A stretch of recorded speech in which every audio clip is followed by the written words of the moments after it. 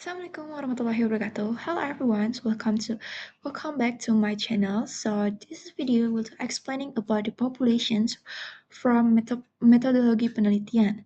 In this video, I will to explaining about the basic for penelitian yang kuat. So first, I will to introduce myself. My name is Jessica Meka Jumar from University Technocrat Indonesia with management major. Let's go to the topic. First, apa sih itu metodologi penelitian? Nah, secara singkat, penelitian itu adalah proses sistematis untuk menemukan pengetahuan baru melalui pengumpulan dan analisis data yang terstruktur. Nah, metodologi penelitian itu mencakup langkah-langkah dan teknik yang digunakan untuk mengumpulin serta menganalisis data secara ilmiah. Nah, populasi itu merupakan salah satu konsep kunci dalam tahap pengumpulan data yang menentukan validitas penelitian. Nah, apa sih itu populasi? Nah, secara keseluruhan, populasi itu adalah keseluruhan anggota atau elemen yang menjadi objek penelitian kita.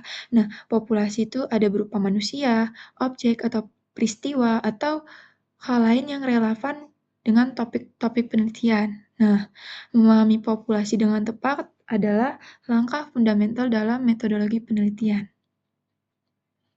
Nah, pentingnya populasi dalam penelitian itu yang pertama itu untuk menentukan cangkupan penelitian, memastikan generalisasi hasil, dasar sampel representatif, terus menghindari biasnya data.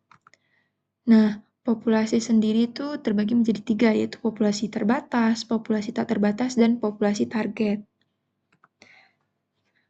Perbedaan populasi sama sampel.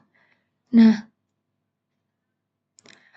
untuk mengetahui perbedaan antara populasi dan sampel itu merupakan kunci dalam metodologi penelitian. Populasi itu untuk mencakup seluruh elemen yang menjadi objek penelitian, sedangkan sampel itu untuk bagian yang diambil untuk mewakili keseluruhan. Nah, pemilihan sampel itu untuk menentukan validitas dan generalisasi hasil penelitian kita. Nah, secara perbedaan populasi itu keseluruhan elemen atau anggota menjadi objek penelitian, mencakup individu, objek, atau peristiwa yang memenuhi kriteria penelitian. Contohnya tuh kayak seluruh mahasiswa di Universitas Teknokrat. Sedangkan sampel itu kayak bagian dari populasi yang dipilih untuk diteliti. Contohnya itu kayak dari seluruh mahasiswa di Universitas Teknokrat, hanya 200 mahasiswa yang dipilih secara acak. Kemudian metode pengambilan sampel. Ada sampel random sampling, simple random sampling, systematic sampling, cluster sampling, stratified sampling, purposive sampling, convenient sampling. Nah, tantangan dalam menentukan populasi. Nah, tantangannya itu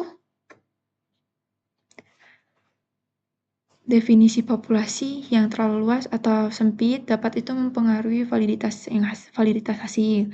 Terus keterbatasan data populasi yang akurat. Terus itu ada kesulitan dalam mengakses seluruh anggota populasi secara mudahnya. Terus ada resiko bias jika batasan populasi itu tidak didefinisikan dengan jelas. Terus contoh kasus definisi populasi dalam penelitian pendidikan. Tadi tentang efektivitas metode pembelajaran di sekolah menengah. Populasi dalam penelitian ini ada seluruh sekolah siswa di sekolah menengah tertentu di wilayah Bandar Lampung misalnya. Nah, itu mendefinisikan populasi dengan tepat sangat penting untuk memastikan validitas dan reliabilitasnya hasil penelitian. Nah, ringkasan dari seluruh itu adalah pertama, populasi itu elemen sentral, kemudian ada definisi yang jelas, teknik sampling, hubungan populasi sampel, dan validitas penelitian dan generasi hasil.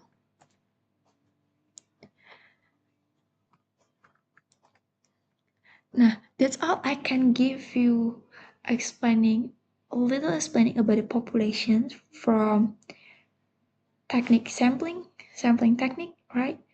This is the key for metodologi penelitian. I hope this can help you and understanding again about the populations, and thank you very much for watching this until ending.